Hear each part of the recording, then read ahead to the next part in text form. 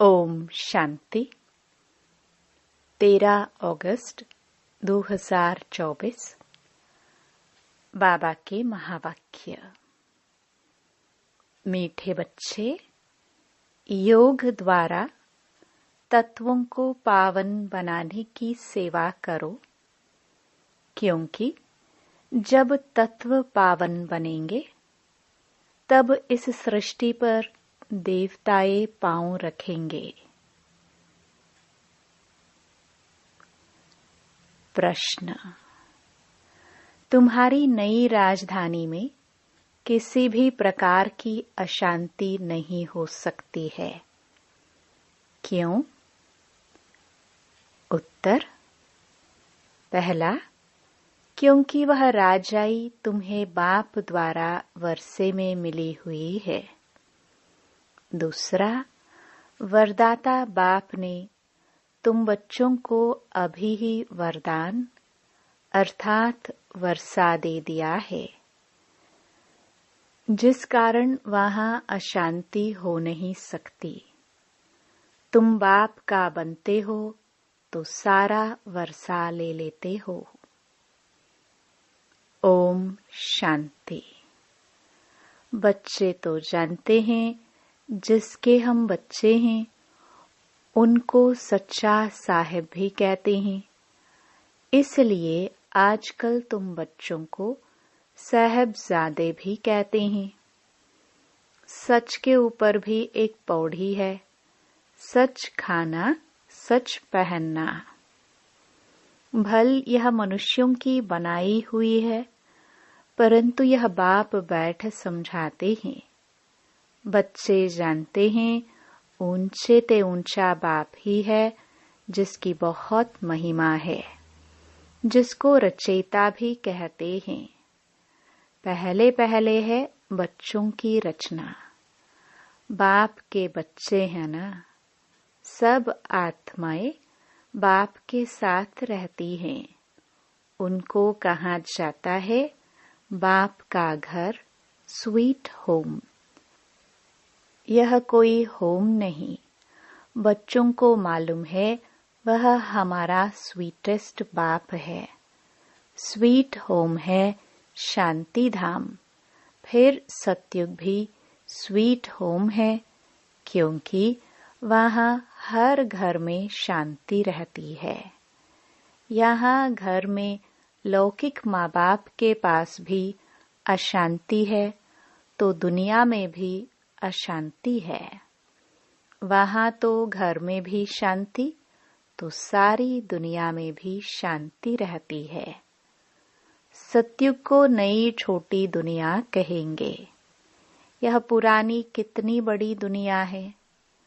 सत्युग में सुख शांति है, कोई हंगामे की बात नहीं, क्योंकि बेहद के बाप से शांति का वर्षा मिला हुआ है।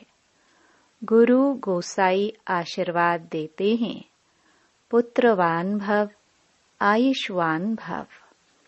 यह कोई नई आशीर्वाद नहीं देते हैं। बाप से तो ऑटोमेटिकली वर्षा मिलता है। वह बाप ने तुम बच्चों को स्मृति दिलाई है, जिस पारलौकिक बाप को भक्ति मार्ग में सभी धर्म वाले याद करते हैं जब दुख की दुनिया होती है। यह है ही पतित पुरानी दुनिया। नई दुनिया में सुख होता है, अशांति का नाम नहीं। अभी तुम बच्चों को तो पवित्र गुणवान बनना है, नहीं तो बहुत सजाएं खानी पड़ेगी। बाप के साथ साथ धर्मराज भी है, हिसाब किताब चुकतू कराने वाला। ट्रिब्यूनल बैठती है ना। पापों की सजाएं तो जरूर मिलनी है। जो अच्छी रीति मेहनत करते हैं वह थोड़ी सजाएं खाएंगे। पाप की सजा मिलती है, जिसको कर्म भोग कहा जाता है। यह तो रावण का पराया राज्य है। इसमें अपार दुख हैं। राम राज्य में अपार सुख होते हैं। तुम समझाते तो बहुतों को है, फिर कोई झट समझ जाते हैं और कोई देर से समझते हैं।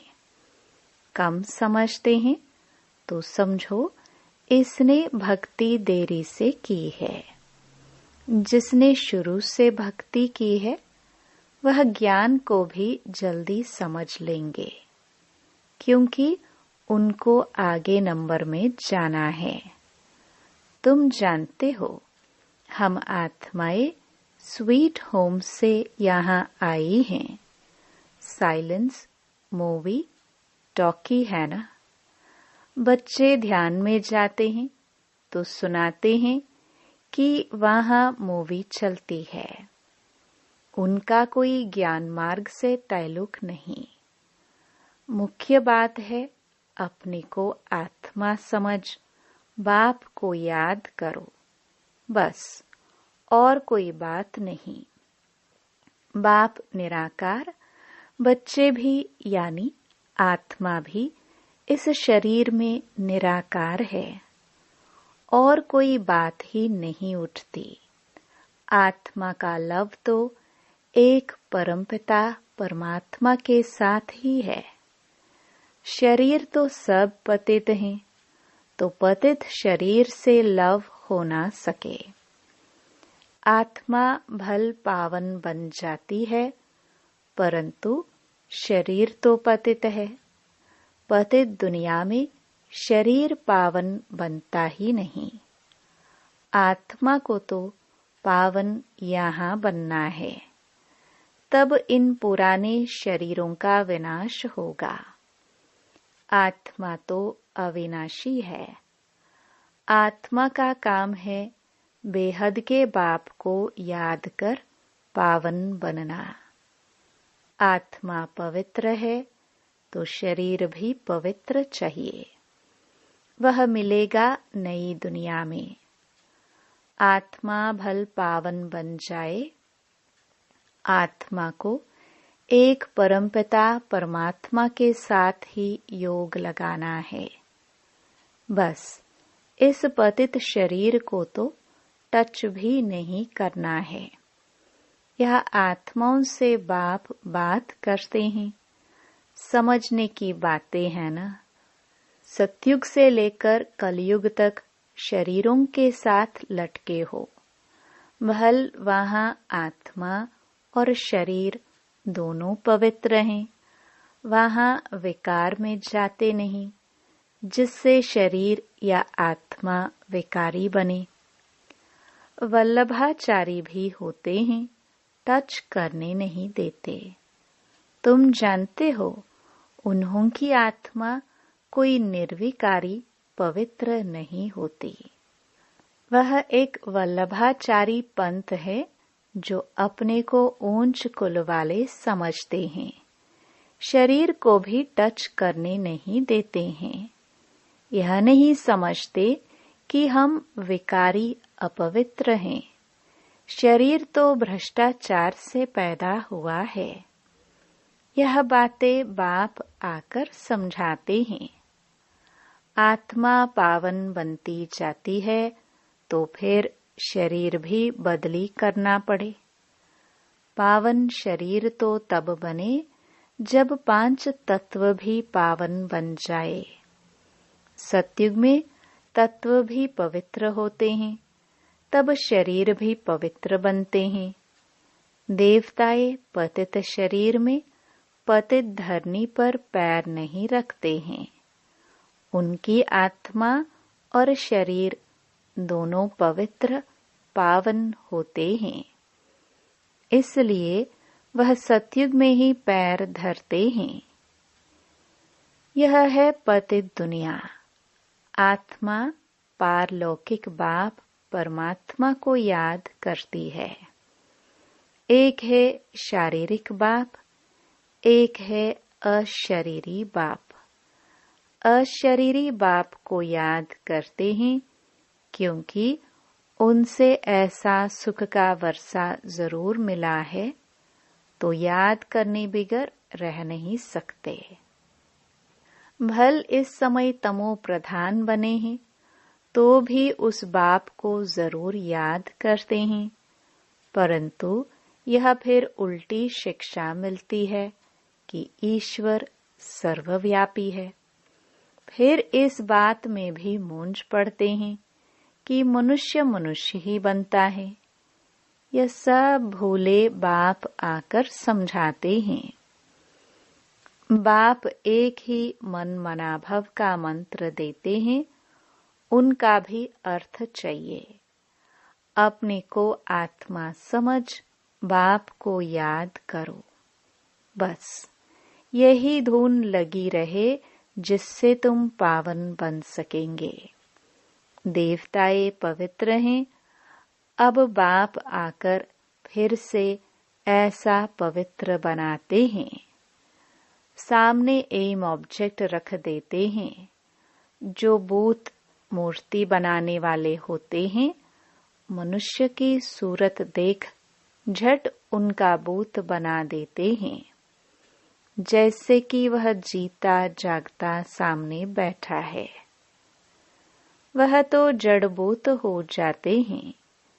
यहाँ बाप तुमको कहते हैं, तुमको ऐसा चैतन्य लक्ष्मी नारायण बनना है।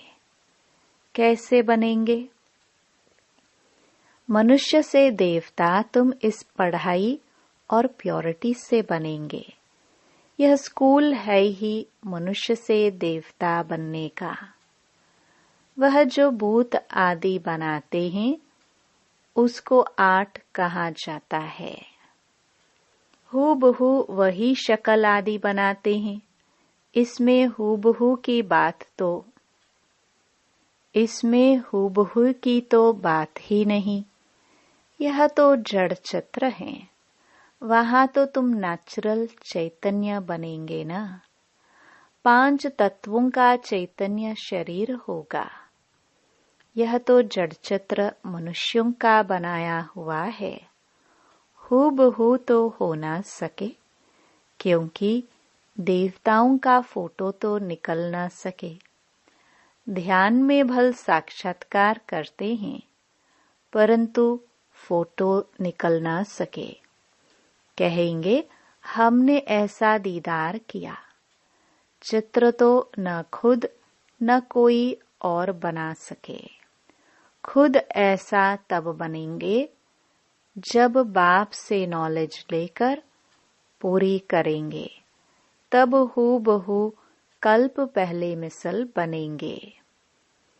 यह कैसा कुदरती वंडरफुल ड्रामा है। बाप बैठ यह कुदरती बातें समझाते हैं। मनुष्यों को तो यह बातें ख्याल में भी नहीं रहती हैं। उन्हों के आगे जाकर माथा टेकते हैं, समझते हैं यह राज्य करके गए हैं, परंतु कब यह पता नहीं है। फिर कब आएंगे व क्या करेंगे कुछ पता नहीं। तुम जानते हो, सूर्यवंशी चंद्रवंशी जो होकर गए हैं, वह हूबहू फिर से बनेंगे जरूर इस नॉलेज से। वंडर है ना। तो अब बाप समझाते हैं, ऐसा पुरुषार्थ करने से तुम सो देवता बनेंगे। एक्टिविटी वही चलेगी जो सतयुग त्रेता में चली है। कितना वंडरफुल ज्ञान है। यह बुद्धि में ठहरे भी तब जब दिल की सफाई हो। सबकी बुद्धि में यह बातें ठहर ना सके। मेहनत चाहिए। मेहनत बिगर कोई फल थोड़े ही मिल सकता है।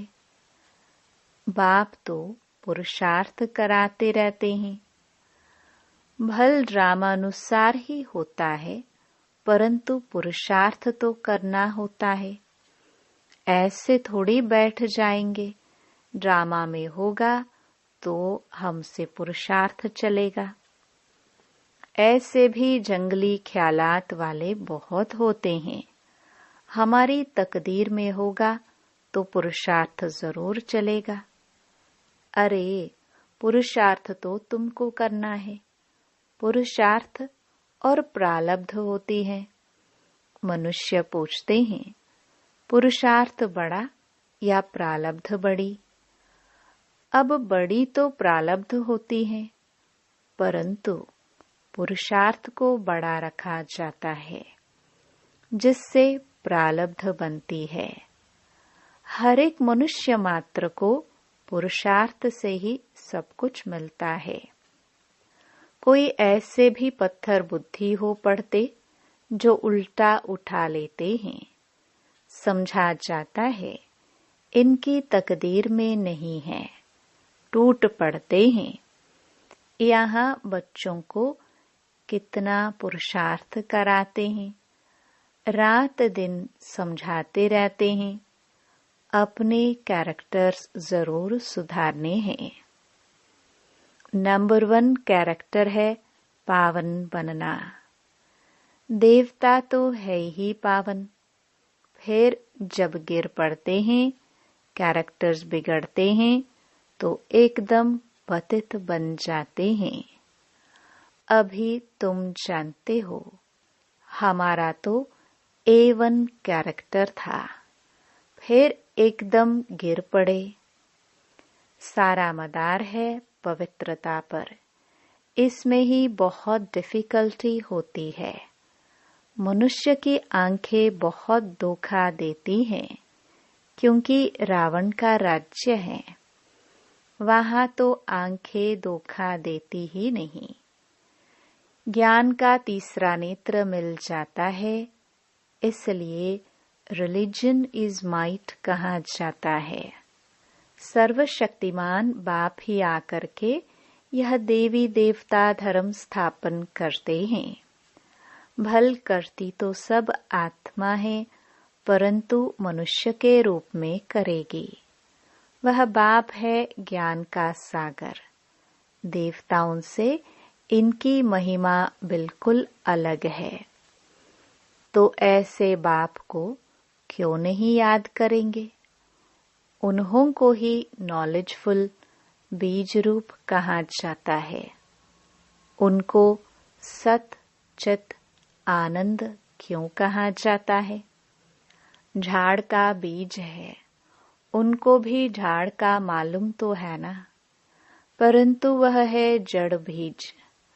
उनमें आत्मा जैसे जड़ है, मनुष्य में है चैतन्य आत्मा। चैतन्य आत्मा को ज्ञान का सागर भी कहा जाता है। झाड़ छोटे से बड़े होते हैं तो जरूर आत्मा है, परंतु बोल नहीं सकती। परमात्मा की महिमा कितनी है। ज्ञान का सागर, यह महिमा आत्मा की नहीं, परम आत्मा माना परमात्मा की गाई जाती है। फिर उनको ईश्वर आदि कहते हैं। असल नाम है परम पिता परमात्मा। परम अर्थात सुप्रीम। महिमा भी बड़ी भारी करते हैं। अभी दिन प्रतिदिन महिमा भी कम होती है, क्योंकि पहले बुद्धि सतो थी, फिर रजो तमो प्रधान बन जाती है। यह सब बातें बाप आकर समझाते हैं। मैं हर 5000 वर्ष बाद आकर पुरानी दुनिया को नई दुनिया बनाता हूँ। गायन भी है ना, सतयुग आदि है भी सत, हो से भी सत। कोई पौड़ी अच्छी बनाई हुई है, क्योंकि वह तो फिर भी इतने पतित नहीं है। पीछे आने वाले इतने पतित नहीं होते। भारतवासी ही बहुत सतो प्रधान थे, वही फिर बहुत जन्मों के अंत में तमो प्रधान बने हैं। और धर्म स्थापकों के लिए ऐसे नहीं कहेंगे। वह न इतना सतो प्रधान बनते, न इतना तमो प्रधान बनना है। न बहुत सुख देखा है, न बहुत दुख देखेंगे। सबसे जास्ती तमो प्रधान बुद्धि किसकी बनी है? जो पहले पहले देवता थे, वही सब धर्मों से जास्ती गिरे हैं। भल भारत की महिमा करते हैं, क्योंकि बहुत पुराना है। विचार किया जाए तो इस समय भारत बहुत गिरा हुआ है। उत्थान और पतन भारत का ही है, अर्थात देवी देवताओं का है। यह बुद्धि से काम लेना है। हमने सुख भी बहुत देखे हैं जब सतो प्रधान थे, फिर दुख भी बहुत देखे हैं क्योंकि तमो प्रधान है। मुख्य है ही 4 धर्म, डेटिज्म, इस्लामिज्म, बुद्धिज्म और क्रिश्चियनिज्म। बाकी इनसे वृद्धि होती गई है। इन भारतवासियों को तो पता ही नहीं पड़ता कि हम किस धर्म के हैं। धर्म का मालूम न होने कारण धर्म ही छोड़ देते हैं। वास्तव में सबसे मुख्य धर्म है यह, परंतु अपने धर्मों को भूल गए हैं। जो समझो सयाने हैं वह समझते हैं इन्हों का अपने धर्म में ईमान विश्वास नहीं है। नहीं तो भारत क्या था, अभी क्या बना है। बाप बैठ समझाते हैं, बच्चे तुम क्या थे। सारी हिस्ट्री बैठ समझाते हैं। तुम देवता थे, आधा कल्प राज्य किया, फिर आधा कल्प के बाद रावण राज्य में तुम धर्म भ्रष्ट कर्म भ्रष्ट बन गए। अभी फिर तुम दैवी संप्रदाय के बन रहे हो। भगवान वाच, बाप कल्प कल्प तुम बच्चों को ही समझाकर ईश्वरीय संप्रदाय बनाते हैं। अच्छा, मीठे मीठे सिखिलदे बच्चों प्रति मात पिता बाप दादा का याद प्यार और गुड मॉर्निंग। रूहानी बाप की रूहानी बच्चों को नमस्ते। धारणा के लिए मुख्य सार। पहला, अपने दिल की सफाई से बाप के वंडरफुल ज्ञान को जीवन में धारण करना है।